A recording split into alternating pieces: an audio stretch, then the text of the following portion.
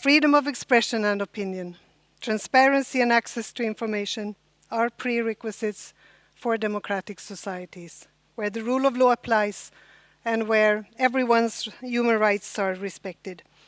And these rights are also a prerequisite for innovation, debate, scrutiny, and accountability, all valuable ingredients of a free and open society. This year, we celebrate 250th anniversary of the Swedish Freedom of the Press Act, the first of its kind in the world.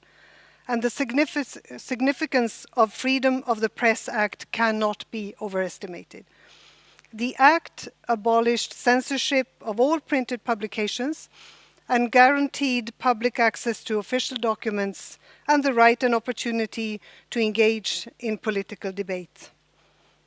The Freedom of the Press Act has played a pivotal role in the development of the modern Swedish society. We are, though, and that's why we are here today, acutely aware of the many challenges and difficulties facing the rights and fundamental freedoms that the Act set out to safeguard, and which are increasingly under attack around the world.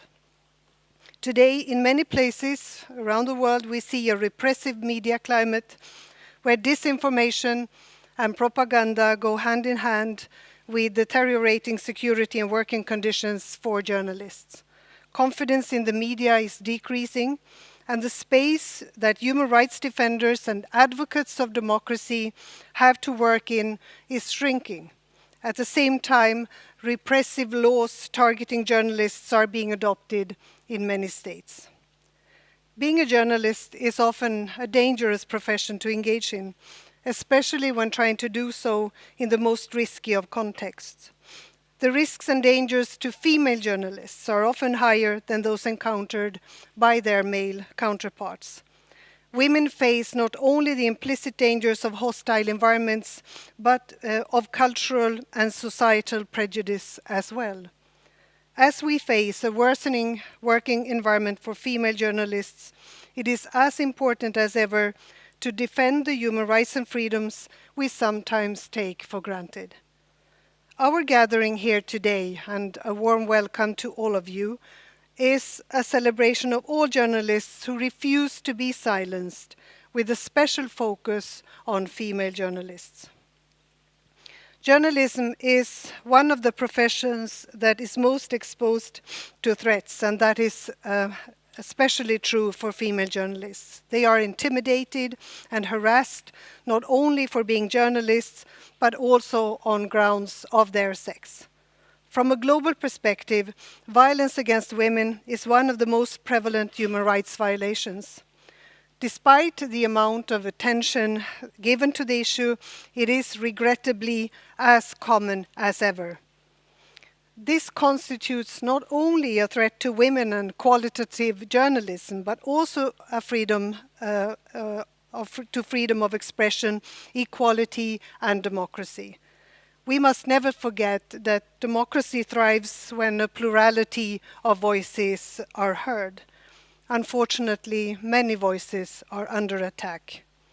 Female journalists can offer a different news agenda and different insights into regular news stories if they are allowed to operate and work without fear for their safety and well-being. The plague of the violence against women is perhaps even more present in cyberspace, attacks on female journalists online are overwhelmingly sexual in nature, including rape threats, cyberstalking, blackmail, and disinformation. While the opportunities offered by the internet vastly outweigh the challenges, there are still a number of issues to deal with.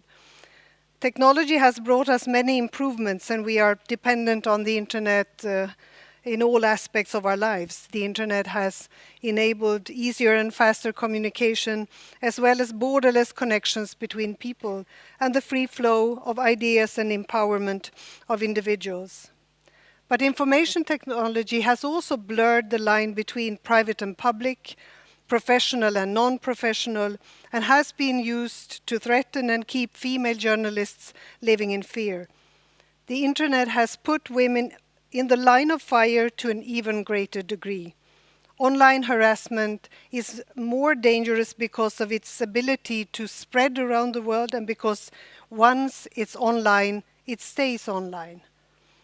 From a Swedish perspective, we are convinced that the only way forward is to promote, protect, and defend freedom of expression and opinion. We need to work continuously on different levels to ensure that these issues are never forgotten or ignored. Journalism is a very effective means of countering disinformation and combating incitement to violence and hatred. It can be a strong antidote against all types of prejudice. Allow me to mention a few examples of concrete action moving the issue forward. Last year, UNESCO adopted a resolution on safety for journalists presented by Sweden. Sweden provides broad support to journalists and human rights defenders as part of our development cooperation. Sweden is a driving force in implementing the UN Action Plan for the safety of journalists and combating impunity.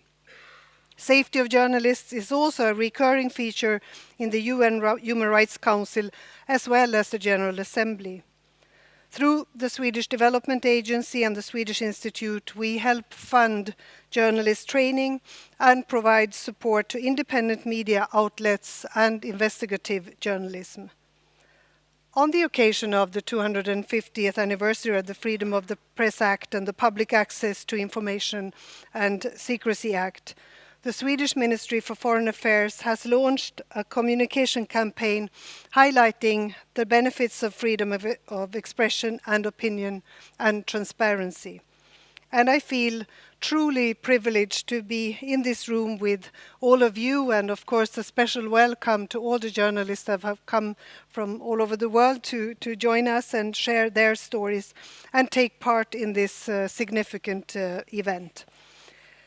We must keep in mind that doing the right thing is not always easy. It can come at a high price. But in our continuous global struggle for freedom of expression and opinion, as well as for democracy, we must not deviate from this path. And again, thank you for everything that you are doing in your everyday lives and professions. Thank you for participating in this discussion, and good luck to all of you. Thank you for listening.